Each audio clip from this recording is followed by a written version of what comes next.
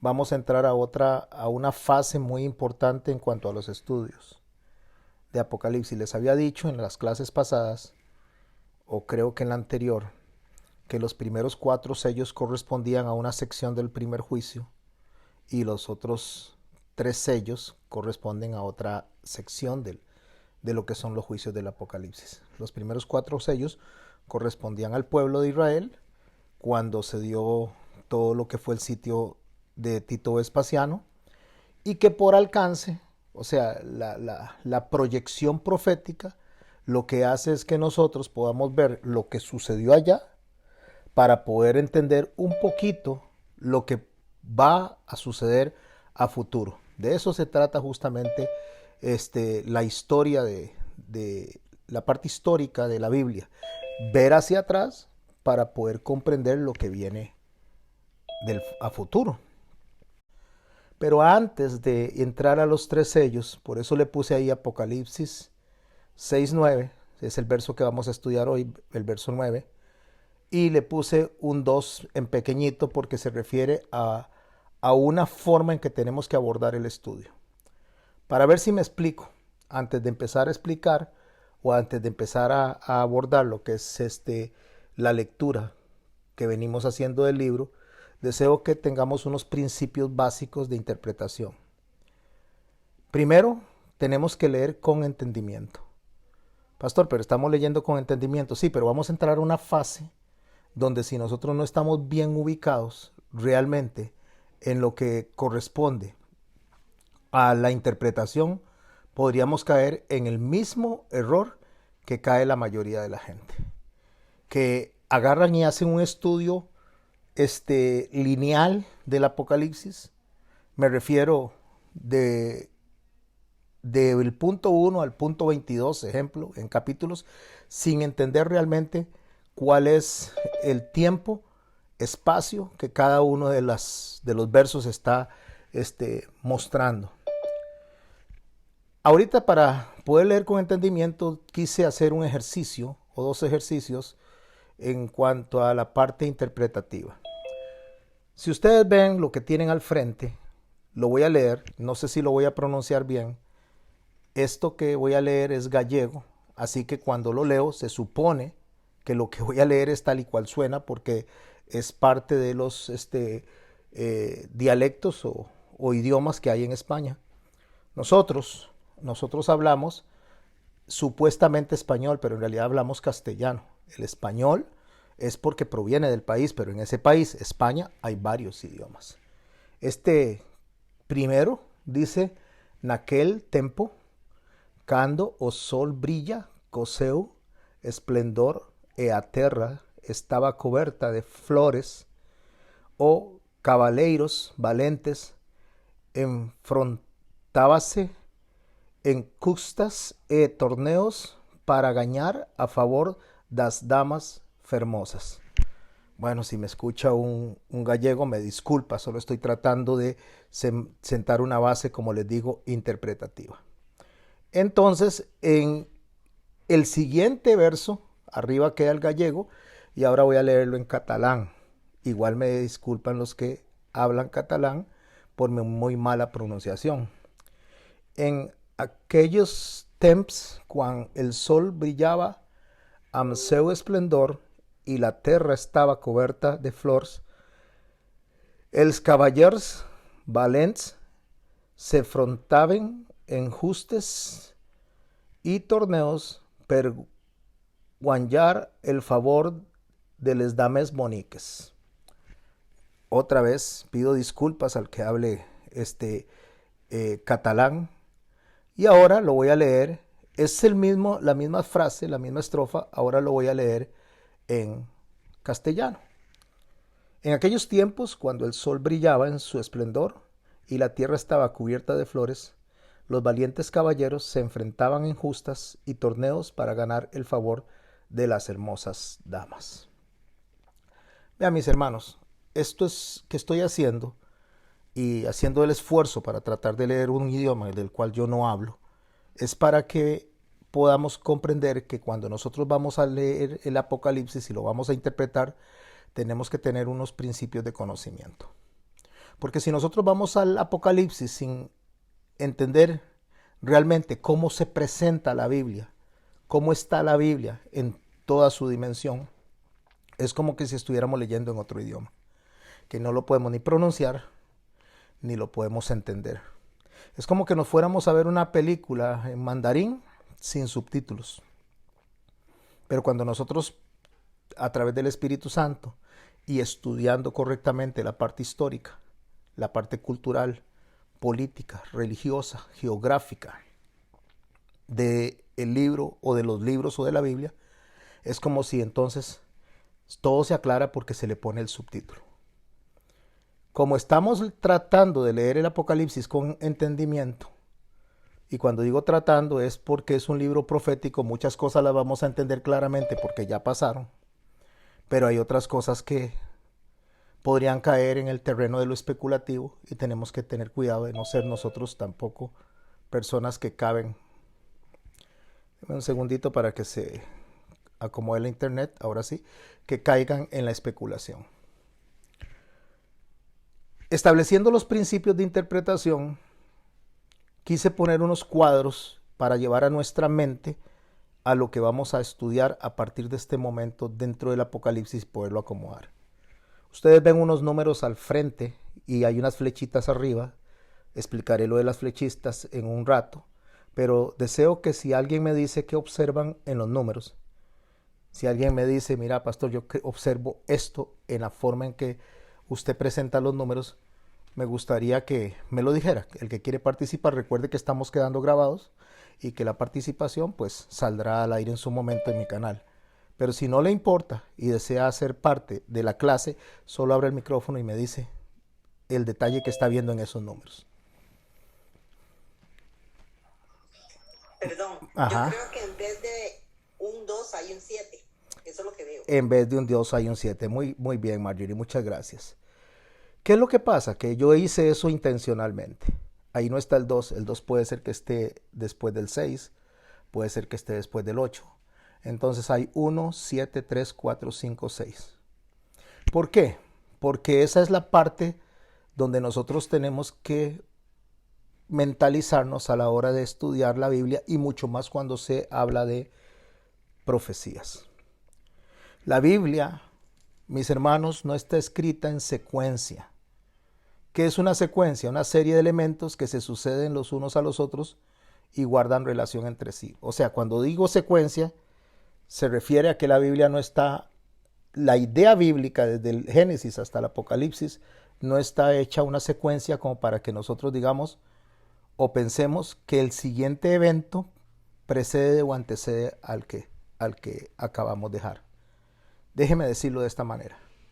No necesariamente lo que se nos presenta a nosotros en un capítulo significa que está antes o después del que acabamos de leer. No siempre. ¿Por qué? Porque la Biblia tampoco es cronológica. ¿Qué es cronología? Datación de un hecho y ordenación en el tiempo en función de la fecha en que se produce. Ahorita lo voy a explicar un poco más claro con un gráfico. Pero la Biblia no es cronológica. ¿Por qué la Biblia no es cronológica? Porque el libro de Job se escribió antes que el libro del Pentateuco. O sea, está antes. Si usted encuentra Mateo de primero en el Nuevo Testamento, no fue el primer libro escrito del Nuevo Testamento, el primero fue Gálatas. Mateo se escribió allá por el año 68, aproximadamente 60-68. Así que la Biblia no es cronológica. La Biblia también tiene una función que se conoce como traslape, lo cual significa que muchos eventos se montan sobre otros. No es que es lineal, sino que en el momento que un evento está terminando, el otro en ese mismo momento está comenzando. Y ese es el caso justamente de la tribulación, de la gran tribulación y de los últimos tiempos. Hay eventos que no es que se unen directamente como en una frontera, sino que eventos que están sucediendo y están cubriendo a otro que ya ha iniciado también. Eso se llama traslape. Pero la Biblia está acomodada en manera de revelación. ¿Qué es la revelación? Es la comunicación de la verdad por Dios a la criatura racional que somos nosotros en un orden progresivo. ¿Qué significa? Que la Biblia fue acomodada de manera progresiva, desde el conocimiento más básico, como hablamos de la creación, hasta llegar hasta el conocimiento más amplio que tiene que ver con las profecías. Y de hecho, la Biblia no está acomodada en orden cronológico. Esta figura que están viendo al frente, si alguien la quiere, me la puede pedir después de clase y yo se la puedo pasar para que la tengan. ¿Por qué? Porque cuando usted escucha a una persona predicar, y voy a poner un ejemplo, hay gente que viene y abre la Biblia y dice, bueno, como termina el Antiguo Testamento, y abren en Malaquías, en el capítulo 4, en el verso 6, y dicen, la Biblia termina en maldición. O sea, el Antiguo Testamento termina en maldición y comienza con una bendición. Porque la bendición es que Jesús nació, y en el espacio de silencio que hay de Malaquías, escuche lo que la gente dice, hay un espacio de silencio de Malaquías hasta Mateo de 400 años, y en ese espacio de silencio se termina con maldición, y nosotros deberíamos de ver cómo termina el Antiguo Testamento de esa manera, diciéndonos que el Antiguo Testamento está desechado para iniciar con una bendición en el Nuevo Testamento. La Biblia no es cronológica, mis hermanos y mis hermanas. La Biblia no termina en Malaquías, termina en Nehemías. Y ahí usted lo puede ver en el gráfico que estoy poniendo. El último libro del Antiguo Testamento es Nehemías. Y antes de Nehemías, entre Nehemías y Esdras, usted encuentra eventos de manera cronológica en cuanto al tiempo, donde está Ageo, Zacarías y Malaquías. Esther está introducida dentro de la historia de Esdras en cuanto a tiempo. Y durante los 70 años de exilio está lo que es Daniel y Ezequiel. Y asimismo pueden estudiarlo después, si así lo quieren, yo les paso el gráfico, pueden estudiarlo después donde entre Primera y Segunda de Reyes se encuentran bastantes libros, y Segunda de Crónicas y Primera de Crónicas comprenden el espacio entre Primera de Samuel hasta Segunda de Reyes. Las historias de los Salmos, las historias de Saúl, la historia de Salomón, donde él escribe también Proverbios, Eclesiastés y Cantares, están introducidas entre el tiempo de Primera y Segunda de Samuel. Y después tenemos los libros anteriores que mencioné, donde Job está metido entre el Génesis, porque Job se considera el primer libro del Antiguo Testamento. Esto solo lo voy a poner ahí, no me voy a poner a estudiar ni a explicarlo porque me tomaría mucho tiempo, pero ustedes agarran este gráfico, lo leen, lo estudian y se dan cuenta realmente de la manera cronológica cómo fue realmente escrita la Biblia. No cometan el error de andar diciendo por ahí que el último libro del Antiguo Testamento es Malaquías, porque no es Malaquías, es Nehemías. Nehemías cierra el Antiguo Testamento. Ok, mis hermanos, una vez dicho esto, nos damos cuenta que cuando yo estudio, yo tengo que tener cuidado con lo que yo estoy estudiando. Debido a que los acontecimientos no están escritos siempre en orden, o sea, no están escritos de la manera lineal como nosotros podríamos interpretar, esto tenemos que entender lo que sucede también en el Apocalipsis. Un ejemplo de que los libros no están escritos siempre en orden, y esto se da porque así es como los escritores lo acomodaron. Es como si nosotros estuviéramos hablando ahorita del 2023 y a alguien se le ocurra hablar del año 1960, entre dentro de nuestra historia y después empecemos a hablar del 2023. Hay historias insertadas dentro del canon bíblico que no nos son básicamente efectivos si lo estudiamos de manera lineal, como le digo. Si hablamos de lineal desde Génesis hasta el Apocalipsis es por el tiempo o por el proceso de revelación, porque va desde la revelación más pequeña hasta la revelación más grande, como es el Apocalipsis. Si nosotros vamos a Daniel capítulo 5, para poder entender esto, espero poder cerrar esto en media hora para poder empezar a estudiar de nuevo el capítulo 6 de Apocalipsis. Si nosotros vamos al capítulo 5 de Daniel, vemos en el verso 1 que el rey Belsasar, lo leo para que quedemos más claros, el rey Belsasar hizo un gran banquete a 1000 de sus príncipes y en presencia de los 1000 bebía vino. Belsasar, con el gusto del vino, mandó a que trajesen los vasos de oro y de plata de Nabucodonosor, su padre que no era su padre sino su abuelo, hasta eso hay que estudiarlo correctamente. Su padre había traído el templo, que había traído del templo de Jerusalén, para que bebiesen en ellos el rey y sus grandes, sus mujeres y sus concubinas. Estamos en el capítulo 5 de Daniel. En el capítulo 5, en el verso 30, una vez que invaden los persas, dice el texto: la misma noche fue muerto Belsasar, rey de los caldeos, y Darío de Media tomó el reino, siendo de 62 años. Vea que en el capítulo 5 está muerto Belsasar, pero cuando vamos a Daniel capítulo 7, dice: en el primer año de Belsasar, rey de Babilonia, tuvo Daniel un sueño y visiones de su cabeza mientras estaba en su lecho. Luego escribió el sueño y relató lo principal del asunto. Usted ve en el capítulo 7 que se está mencionando a Belsasar, que está recibiendo un sueño, y en el capítulo 5 usted ve que Belsasar murió. Entonces, ¿cómo es que esto está pasando? Si ya murió, ¿cómo es que está presente en el capítulo 7 Belsasar durante el sueño de Daniel? Porque está acomodado en orden de revelación. Porque la Biblia está acomodada en el orden para que nuestra mente vaya progresando, nuestro espíritu vaya progresando, y eso no lo puso Dios de esa manera, eso lo hizo los que acomodaron el canon bíblico. Con esto en mente, ahora vamos a empezar a leer lo que corresponde a los otros sellos, a los otros 3 sellos, porque una vez que entremos a los sellos, una vez que entremos a las trompetas y una vez que entremos a las copas, tenemos que saber leer esto que está sucediendo arriba en el cielo, que está sucediendo abajo en el cielo y cuándo está sucediendo, si antes o después.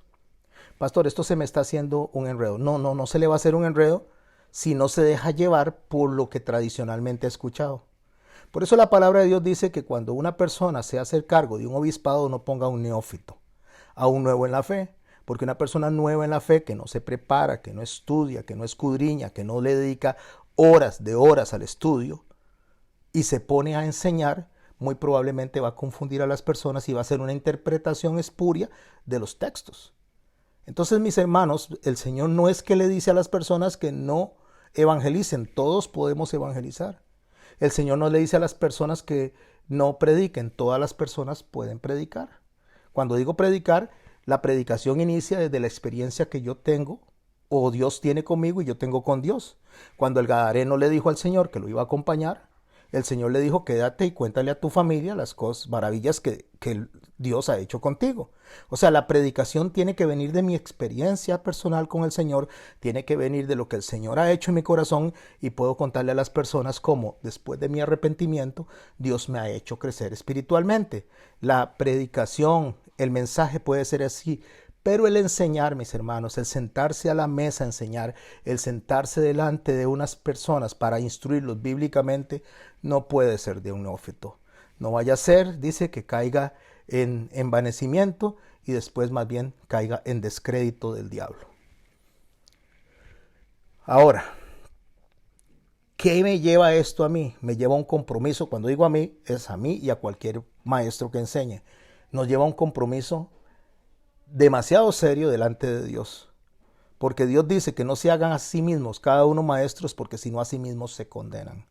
Por eso hoy en día, y espero que me reciban las palabras que estoy diciendo en este momento como palabras serias, sin que suene a algo como sentirse uno mejor que las demás personas o que alguien se sienta mejor o peor que otro, sino palabras serias y reales, mis hermanos. Palabras serias y que tengan un contenido en nuestro corazón de advertencia y de precaución. Hoy brincan pastores por todo lado y dicen: soy pastor, y se paran en los púlpitos y empiezan a predicar en desconocimiento. Y mis hermanos, esta factura es cara delante de Dios. Hay de aquellos que hagan tropezar a uno de estos pequeños que creen en mí. Pequeños no se está refiriendo a edad, se está refiriendo a gente inmadura que necesita aprender, y alguien se levanta y dice: yo los voy a enseñar, y tal vez tenga el deseo, tal vez realmente el Espíritu le haya hecho un llamado, pero necesita formarse y prepararse. Y cuando tras de eso la persona viene y dice, no, yo no necesito estudiar eso, para eso tengo el Espíritu Santo, obviando lo que el Señor Jesucristo dijo, que escudriñemos la Escritura y que es ella la que habla de Él, y que vayamos a los escritos, a lo escrito por Moisés, a lo escrito por los profetas y a los salmos y a los proverbios, estamos obviando realmente que la instrucción que el Señor nos da a nosotros es que es en la palabra, en toda la Biblia, donde está comprendido el mensaje que Él nos quiere dar. En el capítulo 6, ya entrando en materia de nuevo, como estábamos viniendo, solamente que quería acomodar eso en la mente, y las flechitas que ustedes están viendo ahorita, que las van a ir arrastrando en la mayoría de las filminas con el fin de que queden grabadas, significa que cuando nosotros estudiamos la Biblia nos vamos a parar en el centro y vamos a pensar que esto nos está hablando de antes, nos está hablando de después, nos está hablando de arriba y nos está hablando de abajo. O sea, nos está hablando de una dimensión abierta de los cielos, la tierra, lo que está debajo de la tierra, en una dimensión que cubre los 4 puntos cardinales, en una dimensión que, como lo dijo el Señor a través del escritor bíblico, habla de lo que era, de lo que es y de lo que será. ¿Por qué? Porque Dios es atemporal, Dios no está condicionado por el tiempo como nosotros. Y la forma en que Dios nos habla a nosotros a través de la figura es, y nos acomoda lo que son las fiestas, nos acomoda los símbolos para que podamos ubicarnos mentalmente en lo que Él es como un Dios eterno, donde no lo limita el tiempo. Muy importante, no lo limita el tiempo. Ahora entramos al quinto sello. Cuando abrió el quinto sello, verso 9 del Apocalipsis, ahora estamos en materia, haciendo la conexión con la clase anterior, solo que necesitaba presentar ese pequeño espacio de casi 30 minutos para que podamos tener en nuestras mentes que venir a enseñar y a presentar la Biblia debe hacerse con mucha responsabilidad y no hablando a la ligera, porque tal vez creemos nosotros que porque leímos un poco o porque estudiamos en un seminario, y a veces en el mismo seminario tienen carencia de lo que es el estudio correcto del texto bíblico, porque a veces los mismos seminaristas, los que están enseñando, desconocen realmente cómo abordar el tema, porque se necesita tener el cuidado de ir a las ciernes, y cuando hablo de las ciernes es a las raíces más profundas del mensaje, especialmente si usted está enseñando a gente que enseña, está formando a gente que forma, con mucho más razón, con mucho más cuidado. Verso 9 del capítulo 6. Cuando abrió el quinto sello, vi bajo el altar de las almas de los que habían sido muertos por causa de la palabra de Dios y por el testimonio que tenían. La mayoría de las personas cuando ven este texto, lo primero que se fijan o lo primero que le prestan atención es a los que habían sido muertos por causa de la palabra de Dios y por el testimonio. Pero no le prestan atención a un punto tan importante como vi bajo el altar, las almas. Vi bajo el altar, ya ahí nos da una posición. El altar tiene una posición y las almas están en una posición también, que está debajo del altar. En Dios habla hoy, lo dice así: cuando el Cordero rompió el quinto sello, vi debajo del altar a los que habían sido degollados por haber proclamado el mensaje de Dios y haber sido fieles a su testimonio. ¿Qué es lo que está viendo Juan? En primer lugar está diciendo que los vio debajo del altar. ¿Qué es lo que está viendo Juan? Recuerde lo que dijimos al principio y lo que hemos venido estudiando. Capítulo 1 hablaba del mensaje y el carácter del mensaje y el carácter del mensajero. Capítulo 2 y 3 habló de lo que es la iglesia en el paso del tiempo y la conducta de la iglesia que tenía que ser corregida. Una vez que habla de esto, entonces introduce a lo que es el arrebatamiento en el capítulo 4 y 5, y eso es arriba. Cuando asciende, cuando se da el desarrollo de la historia de lo que está aconteciendo a futuro, es en los cielos, eso es arriba. Y cuando el capítulo 6, 7 en adelante empiezan a hablar de los acontecimientos de la tierra, eso es abajo. Entonces, cuando él dice, vi bajo el altar, ¿cuál altar está hablando? De lo que dijo en el capítulo 4 y en el capítulo 5, que vi un trono establecido en los cielos. Y desde ese trono, como él está ascendido a los cielos, él está viendo lo que está pasando abajo. Entonces, por favor, tengan presente lo que estoy diciendo, arriba y abajo. En el verso 10 de ese capítulo 6 dice, y clamaban a gran voz diciendo, ¿hasta cuándo, Señor santo y verdadero, no juzgas y vengas nuestra sangre en los que moran en la tierra? ¿Quiénes están diciendo eso? Los que están abajo del altar. ¿Hasta cuándo, Señor? ¿Hasta cuándo no juzgas y vengas nuestra sangre en los que moran en la tierra? Esa oración está saliendo de los que están debajo del altar. Así que mis hermanos y mis hermanas, lo que el Señor nos está poniendo son dos posiciones. Una donde dijo que al instante Él estaba en el Espíritu, en un trono establecido en el cielo, y otra posición donde hay un grupo de personas abajo que las está describiendo pasando por una serie de dificultades, de persecuciones, siendo asesinados abajo. Por eso en el capítulo 7, inmediatamente de terminar lo que son, o la que es la descripción de los primeros sellos, inicia hablando de los 144,000 sellados, que esos están abajo, no arriba. Y esos 144,000 sellados son los que están diciendo, ¿hasta cuándo, Señor verdadero? ¿Hasta cuándo?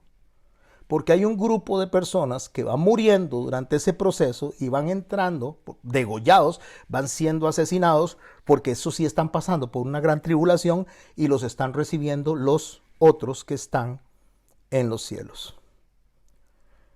Esto de hasta cuándo no es un reclamo. Esto de hasta cuándo lo que está diciendo es que en qué momento vamos a ver ya todo esto manifestado, la gloria terminada, porque en vez de un reclamo lo que se está diciendo es cuándo va a ser el fin. ¿Por qué? Porque pasaron unos eventos en el capítulo 4 y 5 que ahora, en este momento, ellos saben que están marcando el final de todo el tiempo. Y ellos están reclamando, no reclamando, sino preguntando. Pero cuando ellos preguntan, el verso 11 nos dice lo que pasa con ellos. Y se les dieron vestiduras blancas y se les dijo que descansasen todavía un poco de tiempo. O sea, manténgase en paz, tranquilos los que van muriendo, los que van ascendiendo, los que están debajo del altar y que están sufriendo por la causa de Cristo, porque se quedaron, porque no fueron arrebatados, porque quedaron como testigos sobre la tierra. Estos que van muriendo, se les dice, descansen un poco de tiempo hasta que se complete el número de sus consiervos y sus hermanos, que también deben ser muertos como ellos. Ellos llegan y dicen, ¿hasta cuándo? Ya, Señor, ya es el tiempo, estamos pasando por esta profecía. Es lo que nos dijiste allá en el capítulo 4 y 5, ¿hasta cuándo? Ya llegamos al capítulo 6, esto fue lo que nos anunciaste. ¿Hasta cuándo? Más que todo es una pregunta como cuando usted va con un chiquito y el chiquito va a ir a una feria y le dice, papi, ¿cuánto falta para llegar? Papi, ¿cuánto falta para llegar? Papi, falta mucho. Ese es el sentido del texto. ¿Y sobre qué, a qué se refiere justamente esa pregunta que están haciendo ellos? Bueno, vamos a irnos a Romanos 11, capítulo 25. Y dice así, porque no quiero, hermanos, que ignoréis este misterio, para que no seáis arrogantes en cuanto a vosotros mismos. Está hablándole a gentiles, está hablándole a un grupo de personas que no son judíos, porque en la mente judaica está el judío y el no judío, o sea, el judío y el resto del mundo.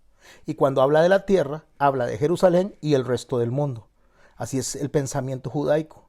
Entonces, le está diciendo Pablo a los hermanos en Roma que no se dejen llevar por la ignorancia del misterio, que no sean arrogantes. Dice, porque ha acontecido a Israel endurecimiento en parte, no a todos los judíos, a Israel endurecimiento en parte, escucha hasta cuándo, hasta que haya entrado la plenitud de los gentiles y luego todo Israel será salvo, como está escrito. Hasta que haya entrado, ¿quiénes? La plenitud de los gentiles. Faltan unos. Un grupo se fue, un grupo fue ascendido, 5 vírgenes representan ese grupo, 5 vírgenes prudentes representan ese grupo, pero el otro grupo quedó abajo esperando. Y ese grupo no puede ascender a menos que pase por la muerte, porque es la forma en que va a ser santificado, es la forma en que va a ser purificado para poder ingresar, porque ya la muerte es el único camino para poder llegar a la presencia del Señor. Entonces, lo que nosotros estamos viendo en este momento, cuando Él habla hasta que se complete el número de sus consiervos y sus hermanos, que también habían de ser muertos como ellos, estamos viendo eventos que están pasando abajo. Abajo y arriba es donde se está viendo todos estos eventos. Este es el altar. Lo que Él está viendo es un trono establecido, un cordero como inmolado, gente cantando, gente adorando, mientras abajo se están dando una serie de acontecimientos de personas que están siendo esperadas por los que ya están arriba, ansiosos para que la plenitud de los gentiles y todo mundo ingrese para poder completar ya lo que es la profecía, donde el Señor viene y va a tomar posición de lo que a Él le pertenece. Ok, el esquema que tenemos que seguir nosotros, y lo voy a leer en Dios habla hoy, en este momento, lo podemos ver en Apocalipsis 22, verso 17, y ahí es donde tenemos que tener bien claro lo que está sucediendo arriba y lo que está sucediendo abajo, porque lo que corresponde a los sellos es algo que está sucediendo abajo, pero va a llegar un momento en que se traslapa con cosas que están sucediendo en los cielos, que se secuencian con cosas que están sucediendo en los cielos, pero no necesariamente es cronológico, sino que es una capa sobre otra, y esos acontecimientos hay que saber leerlos. El Espíritu Santo y la esposa del Cordero dicen ven, y el que escuche diga ven, y el que tenga sed y quiera venga y tome agua de la vida sin que le cueste nada.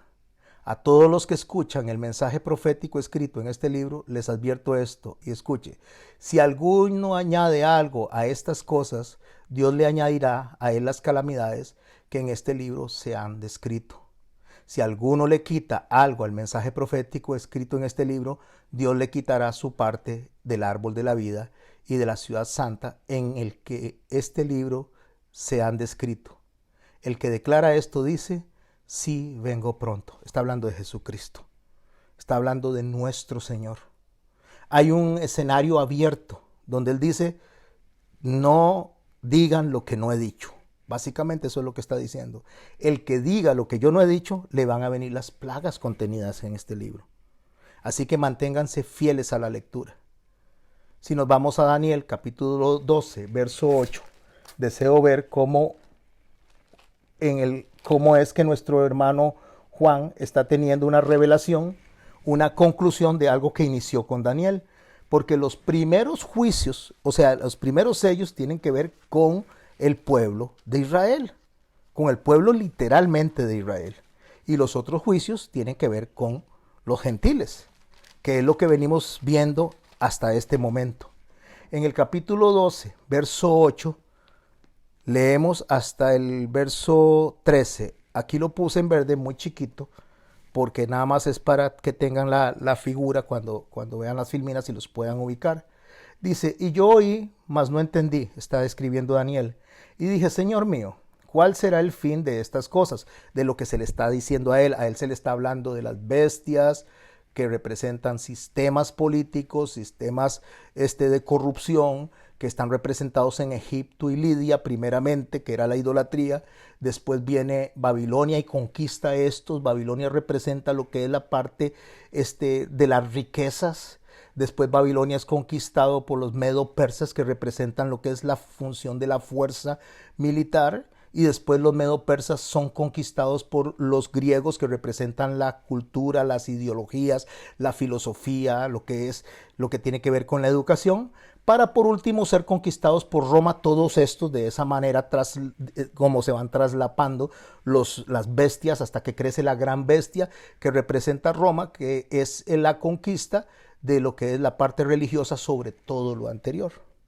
Entonces, cuando él dice que en el Apocalipsis capítulo 22 empieza a desarrollar que hay que saber hacer y presentar el mensaje del Apocalipsis sin añadirle nada, esto está pasando arriba. Mientras que abajo Daniel está diciendo, oí y no entendí. Y dije, Señor mío, ¿cuál será el fin de estas cosas? Y él respondió, anda, Daniel, pues estas palabras están cerradas y selladas hasta el tiempo del fin. El tiempo del fin es abiertas en el Apocalipsis. Muchos serán limpios y emblanquecidos y purificados. Los limpios procederán impíamente, los impíos procederán impíamente y ninguno de los impíos entenderá, pero los entendidos comprenderán. Los entendidos comprenderán.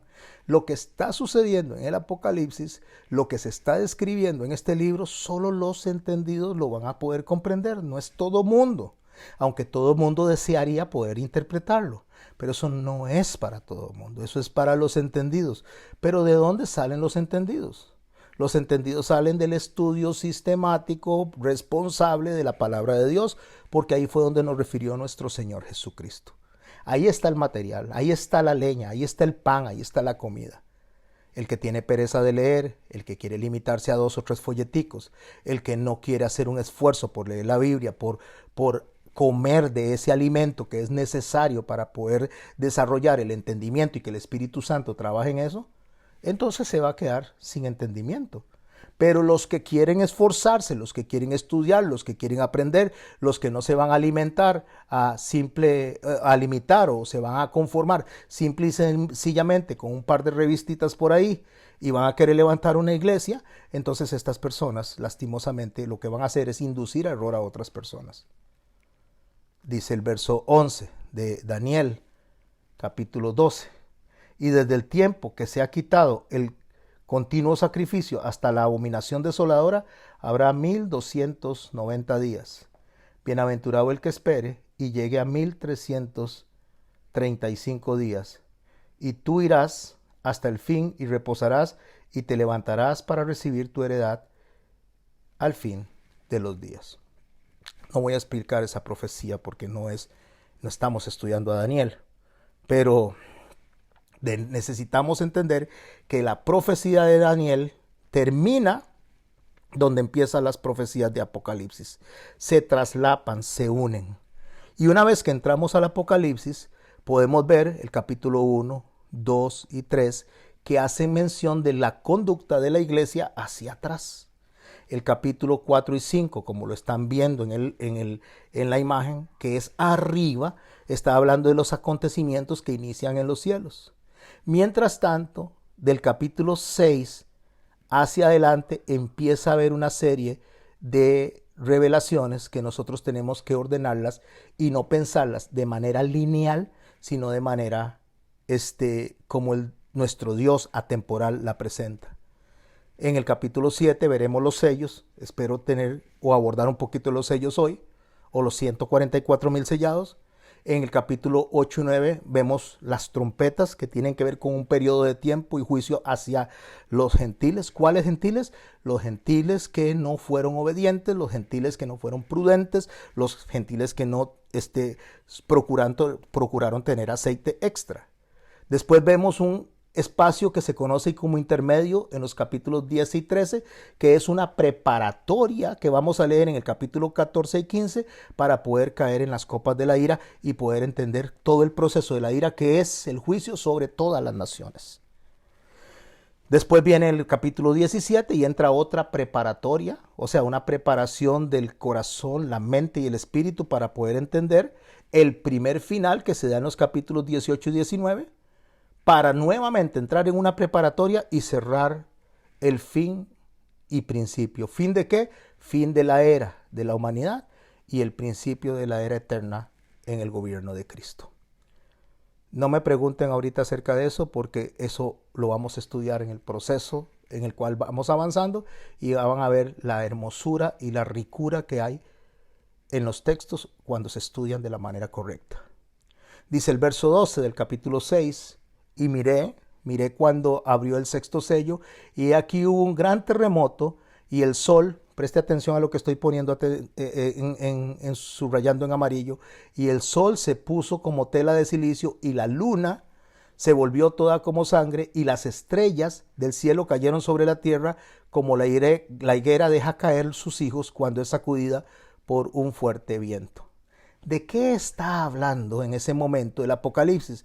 Está hablando del sol, que representa a Jacob, está hablando de la luna, que representa a la esposa de Jacob, pero en cuestiones proféticas representa a Israel. Está hablando de las estrellas, que representa a los príncipes, en este caso a las tribus de Jacob, a las tribus de Israel. Y está hablando de la higuera y sus higos, que representa a Israel como un todo. Dice Mateo capítulo 27, verso 51, y he aquí el velo del templo se rasgó en dos, de arriba abajo, y la tierra tembló, y las rocas se partieron, y se abrieron los sepulcros, y muchos cuerpos santos que habían dormido se levantaron, y saliendo de los sepulcros, después de la resurrección de él, vinieron a la santa ciudad, y aparecieron muchos, el centurión y los que estaban con él guardando a Jesús. Visto el terremoto y las cosas que habían sido hechas, temieron en gran manera y dijeron, verdaderamente era el Hijo de Dios. Lo que pasa, mis amados hermanos y mis hermanas, cuando sucede todo lo que es la suspensión del continuo sacrificio, lo que significa es que cuando el Señor Jesús murió, a partir de ese momento el continuo sacrificio ya no era efectivo, aunque se extendió, se traslapó hasta el año 70. Porque en el momento que Jesús resucita, a partir de ese momento es el Espíritu Santo el que nos acerca a Dios. Solamente que la destrucción del templo llegó 40 años después. Pero ya la efectividad del sacrificio como tal, refiriéndose a los corderos, a las vaquillas, ya no era para acercarnos a Dios, sino que la muerte y resurrección de nuestro Señor Jesucristo es la que nos acerca a Él. Ahí es donde termina justamente el escenario que Daniel profetiza, donde se traslapa con lo que Apocalipsis empieza a predicar hasta el fin de los tiempos, donde justo es que vamos a poder ver la conducta de la iglesia, porque inicia el periodo de la iglesia en el tiempo de los Hechos, en el capítulo 2, donde el Espíritu Santo se derrama.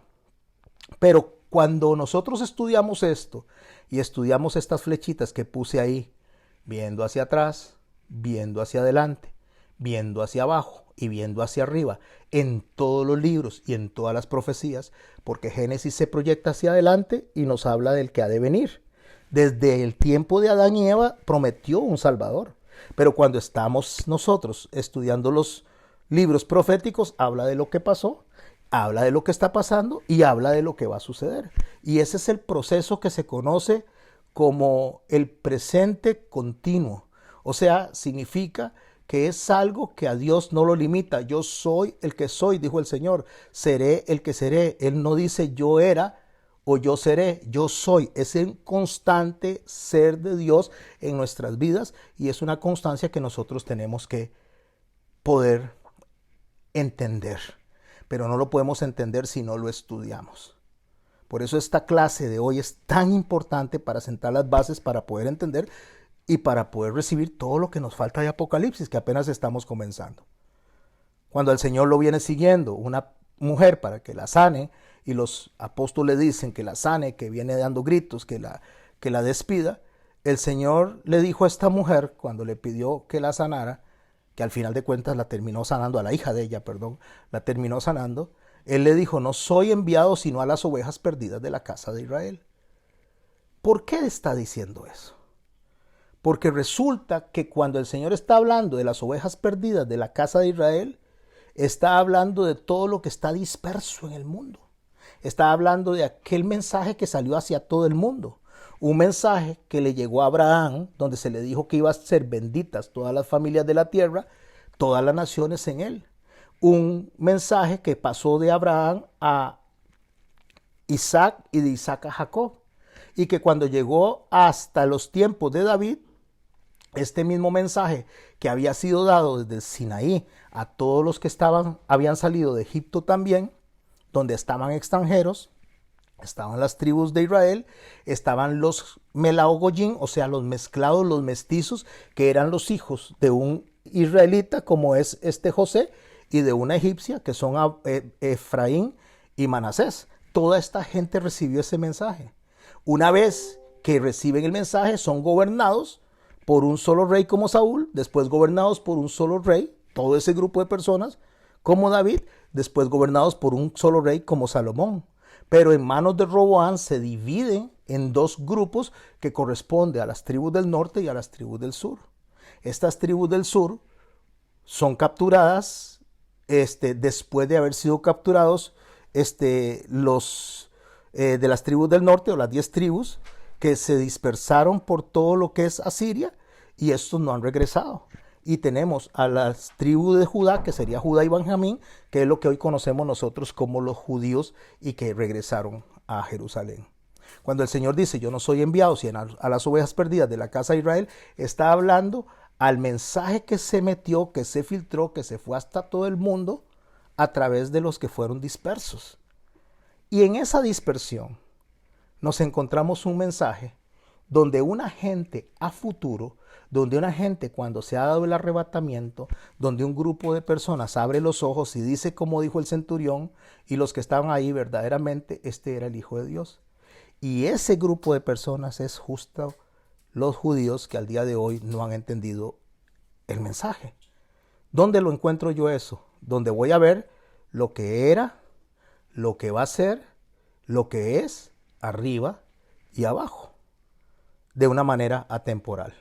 Isaías 53, y por favor préstele mucha atención a cada palabra que voy a subrayar o que voy a enfatizar. Dice el profeta Isaías, ¿quién ha creído en nuestro anuncio?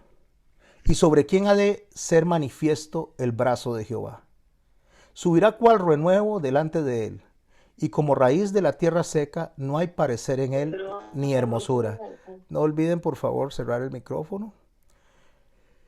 Subirá cual renuevo delante de él, y como raíz de tierra seca no hay parecer en él ni hermosura. Y empecemos, le veremos. Por favor piense en el tiempo verbal en el cual está ese texto. Le veremos. Más sin atractivo para que le deseemos. Apreciado y desechado entre los hombres, varón de dolores, experimentado en quebranto, y como que escondimos de él el rostro, fue menospreciado y no lo estimamos.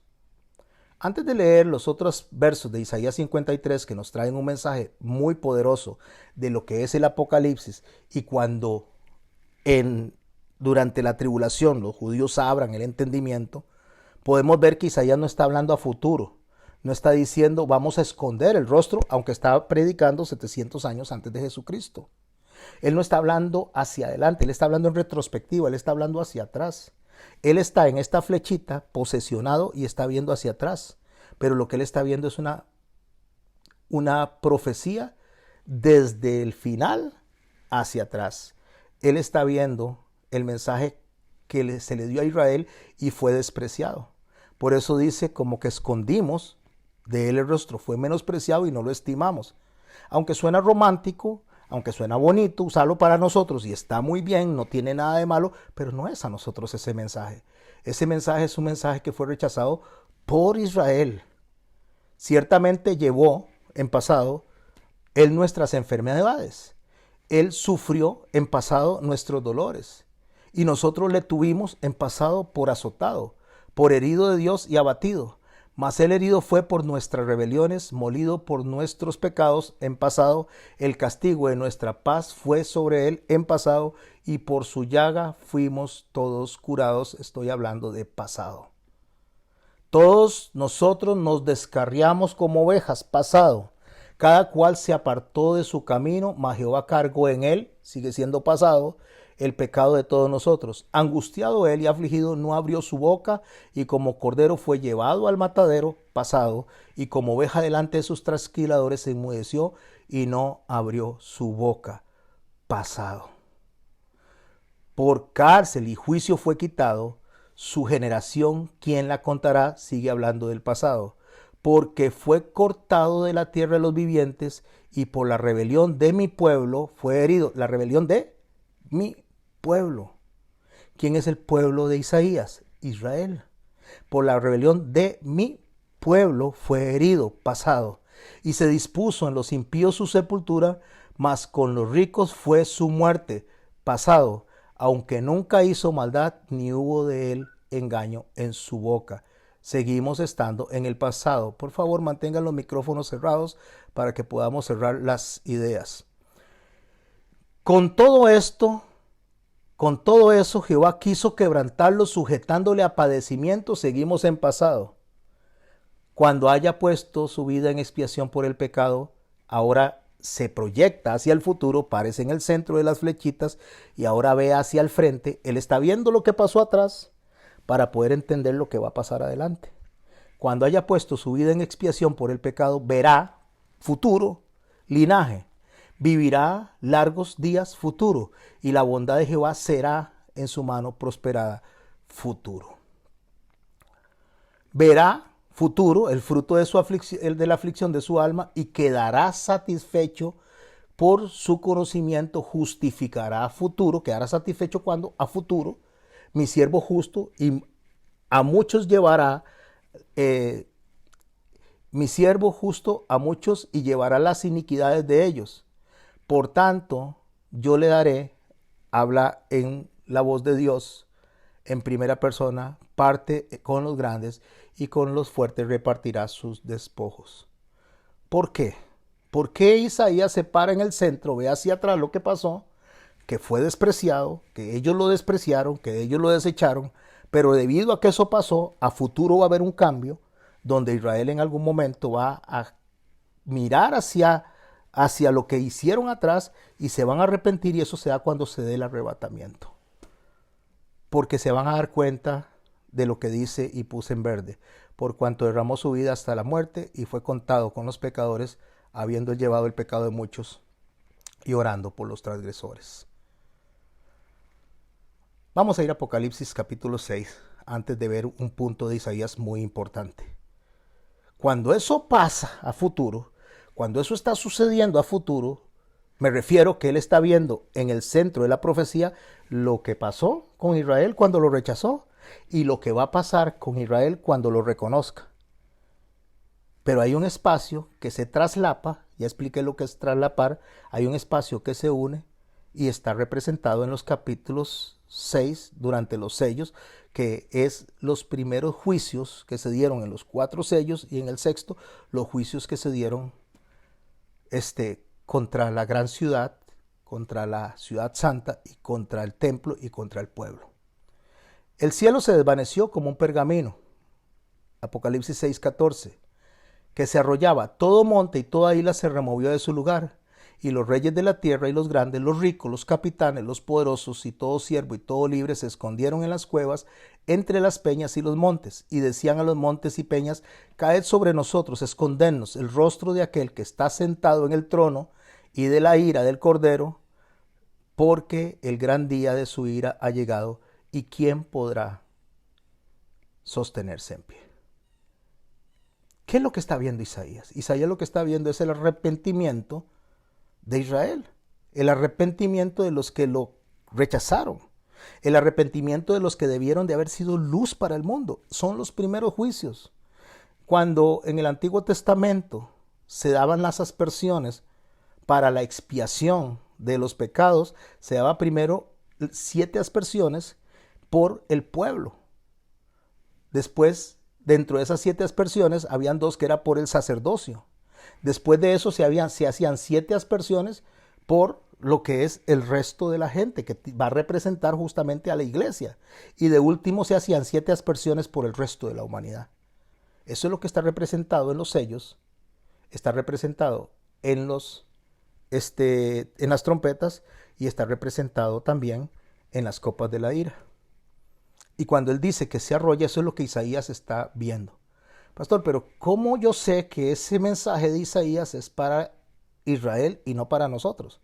Por supuesto que nos alcanza a nosotros, por supuesto que nos bendice a nosotros, por supuesto que nos edifica a nosotros, nos evangeliza a nosotros, pero este texto de evangelización es un texto de evangelización para los judíos en el paso del tiempo, donde se van traslapando cada uno de los mensajes que el Señor ha venido dando, tanto para su pueblo como para nosotros.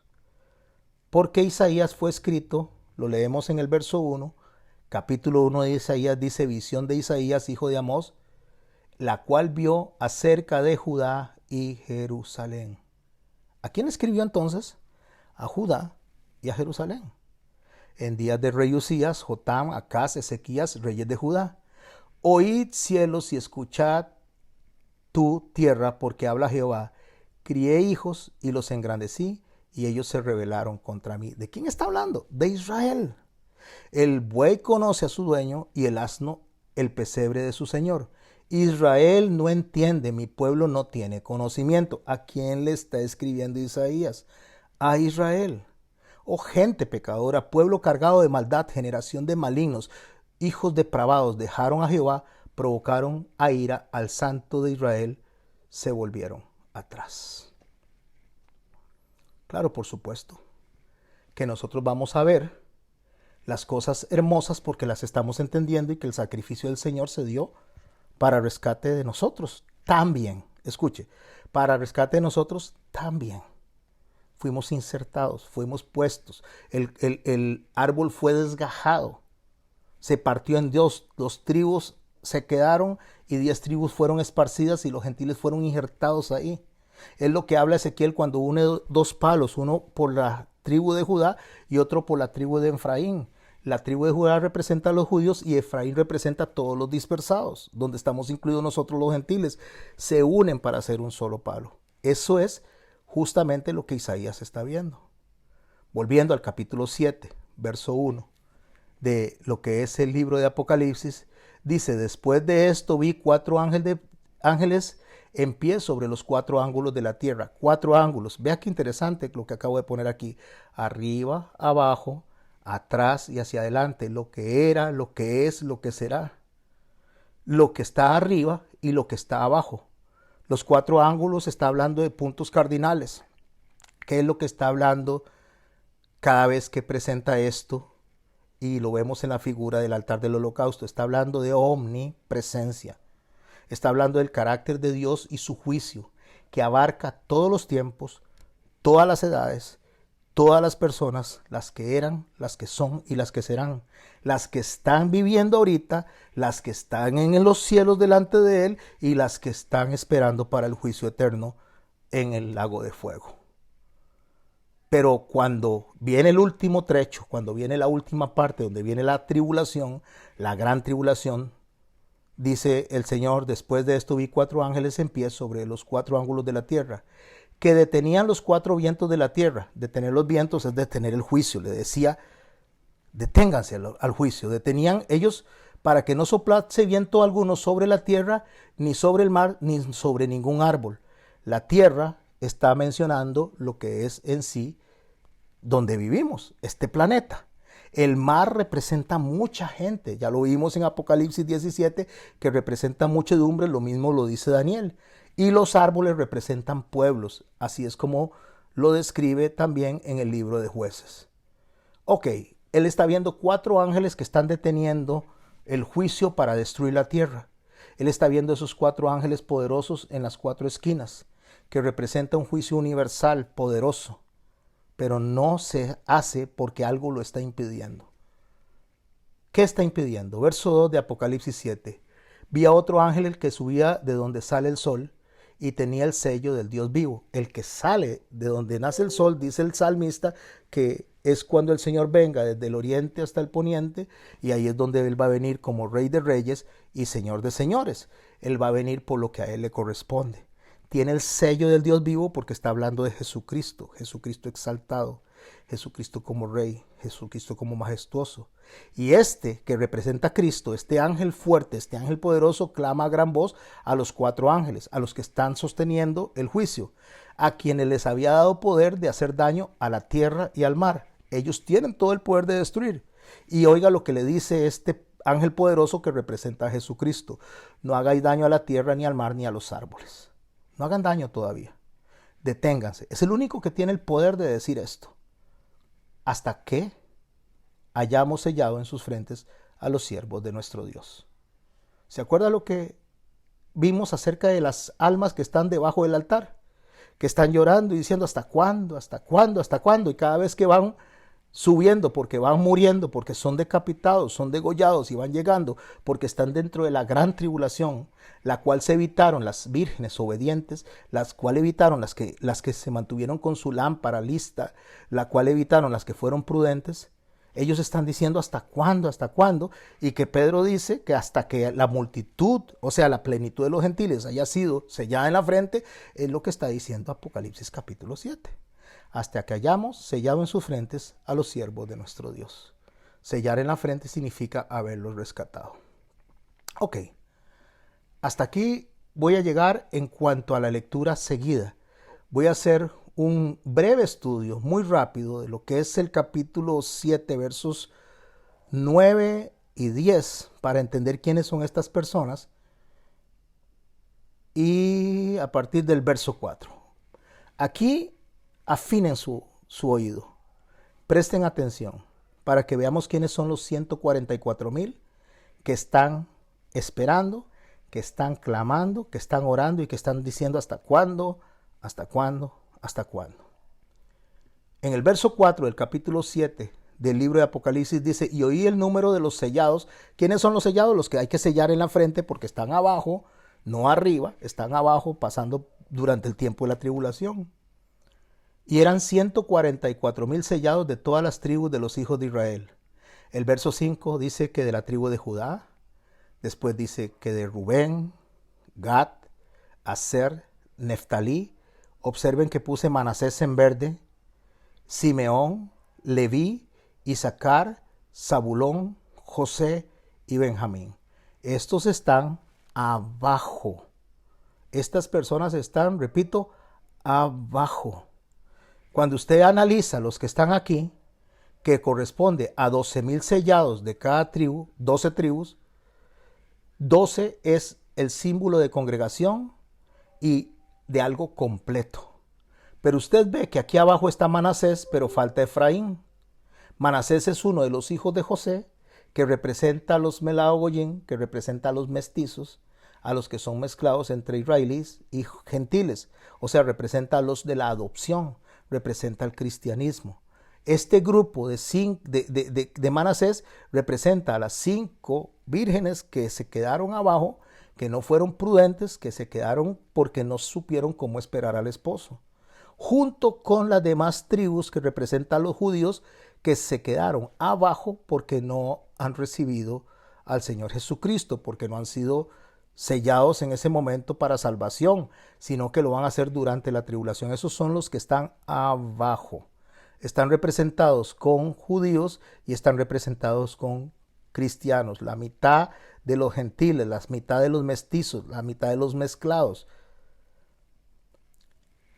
Si usted se va a Génesis 48, cuando José lleva a sus hijos a ser bendecidos por Jacob, y después en el verso 49, cuando Jacob bendice a todos los demás hijos, nosotros nos encontramos que ahí dice el texto que José le dijo al papá que no cruzara las manos porque estaba poniendo en la cabeza de la manera equivocada a Manasés y a Efraín. Y le dijo así en el verso 19, capítulo 48 de Génesis. Mas su padre no quiso y le dijo, lo sé, hijo mío, lo sé, también él vendrá a ser un pueblo y será también engrandecido. Pero su hermano menor será más grande que él y su descendencia formará multitud de naciones.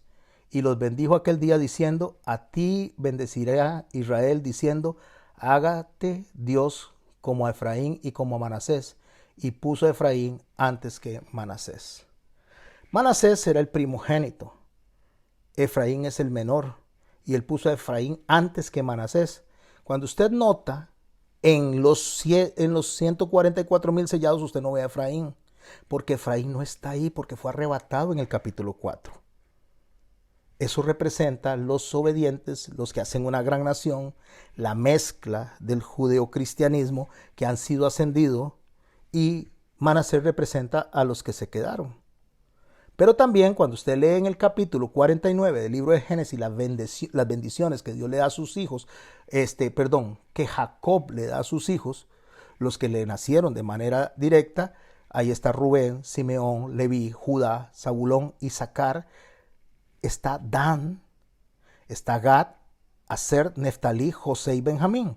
Pero usted no ve a Dan entre los 144,000, porque Dan representa a los judíos que sí creyeron en Cristo, que fueron sellados y que ascendieron también. Estos que fueron ascendidos, que representan a judíos y cristianos que han sido sellados por el Espíritu para salvación, y abajo se quedaron judíos y cristianos que todavía no han sido recibidos durante el arrebatamiento. Estos se van a convertir en los dos testigos, el judeo-cristianismo. ¿Dónde veo eso? De boca de Jesús. Mateo 25. Entonces el reino de los cielos será semejante a 10 vírgenes que tomando su lámpara salieron a recibir al esposo. 5 de ellas eran prudentes y 5 insensatas. 5 no de 1, 2, 3, 4, 5, sino que 5 representa un grupo. Pero el 5, cuando usted lo ve desde las figuras del tabernáculo, representa misericordia. Unos fueron llevados por misericordia porque fueron prudentes. Y 5 se quedaron a pasar por un proceso de santificación, por un proceso de tribulación, por misericordia. Porque Dios los va a santificar en lugar de llevarlos al fuego eterno. Porque es mejor que pasen por un periodo de tribulación y no que se vayan al fuego eterno. Por eso, dice el verso 9, una vez aclarado esto, después de esto miré y he aquí una gran multitud, la cual nadie podía contar, de todas las naciones, tribus, pueblos y lenguas que estaban delante del trono en la presencia del Cordero. ¿Dónde está eso pasando? Arriba.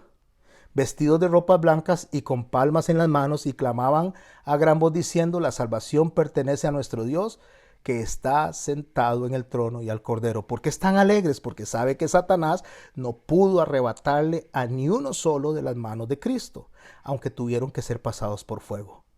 Y los ángeles, verso 11, estaban en pie alrededor del trono y de los ancianos y de los 4 seres vivientes, y se postraron sobre sus rostros delante del trono y adoraron a Dios, diciendo: amén. Y dicen: la bendición y la gloria y la sabiduría y la acción de gracias y la honra y el poder y la fortaleza sean para nuestro Dios por los siglos de los siglos. Por eso que está sucediendo arriba es el reconocimiento a lo que Dios está salvando abajo en esa extensión de las personas que no fueron llevadas en el arrebatamiento, pero que no se van a perder, sino que tienen que pasar por un proceso que no es agradable. Entonces, verso 13 del capítulo 7 del libro de Apocalipsis: entonces uno de los ancianos habló diciéndome: estos que están vestidos de ropas blancas, preste atención, por favor, preste mucha atención. ¿Quiénes son y de dónde han venido? El anciano llega y pregunta. El anciano representa justamente a la autoridad, representa a las personas que han sido llevadas antes, a las personas que son parte del coro celestial, del estrado del Señor, y pregunta: ¿y estos de dónde salieron? Yo le dije, porque Juan es el que está describiendo: Señor, tú lo sabes. Al anciano que le pregunto: ¿usted sabe dónde salieron estas personas? Le dice: usted lo sabe. Y él me dijo: escuche quiénes son estas personas. Estos son los que han salido de la gran tribulación y han lavado sus ropas y han emblanquecido en la sangre del Cordero. Por esto están delante del trono de Dios y le sirven día y de noche en su templo. Y el que está sentado en el trono extenderá su tabernáculo sobre ellos. Significa extender la misericordia. ¿Por qué dice extenderá su tabernáculo? Porque cuando el tabernáculo se hizo solamente comprendía el atrio, el lugar santo y el lugar santísimo. Cuando Salomón construye el templo, hace un atrio para los gentiles. Extender su tabernáculo significa que extiende la misericordia al resto de las personas. Extenderá su tabernáculo. Y como estaban en la tierra sufriendo, como estaban en medio de tribulación, como estaban siendo asesinados, como estaban llorando y diciendo: ¿hasta cuándo, Señor, no vengarás la muerte de los que están allá?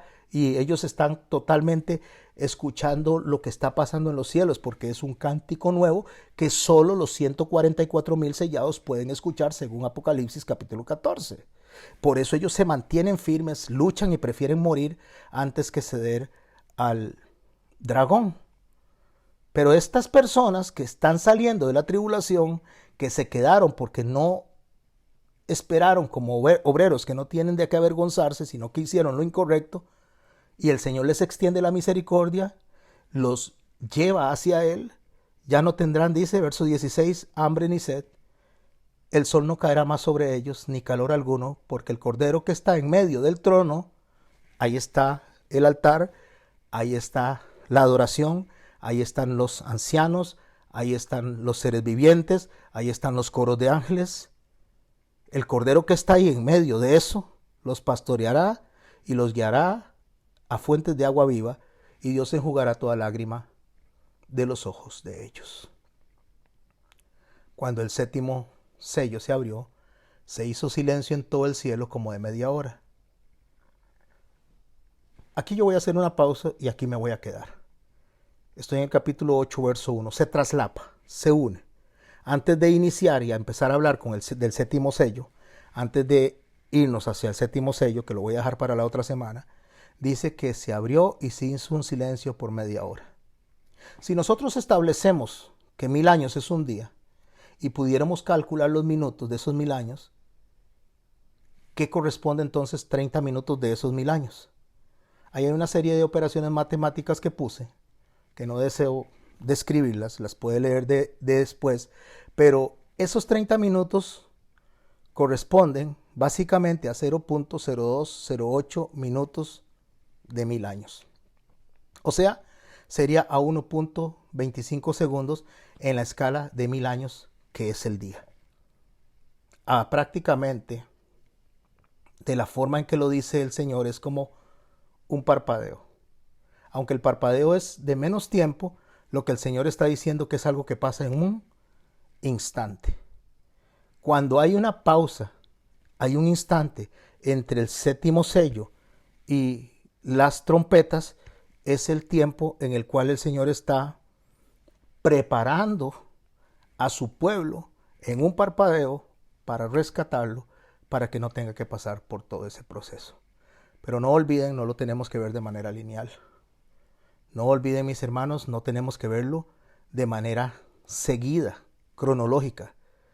Tenemos que estudiarlo desde la forma en que Dios lo presenta. Tenemos que estudiarlo con un Dios atemporal, un Dios que no lo limita el tiempo, no lo limitan las edades, no lo limita la geografía, no lo limita el ser humano. Es un Dios que se mueve a placer porque es Dios y es todopoderoso, omnisciente y omnipresente. Así hay que leer las profecías, desde lo que es el carácter de Dios y cómo es Dios. Cuando yo leo las profecías de esa manera, cuando yo entiendo las profecías de esa manera, logro entender el alcance de las profecías. Hay gente que dice, es que no han pasado estas cosas. Ya pasaron, están pasando y van a pasar, porque así es como se mueve Dios, el que es el eterno presente, el yo soy. Voy a dejar de grabar,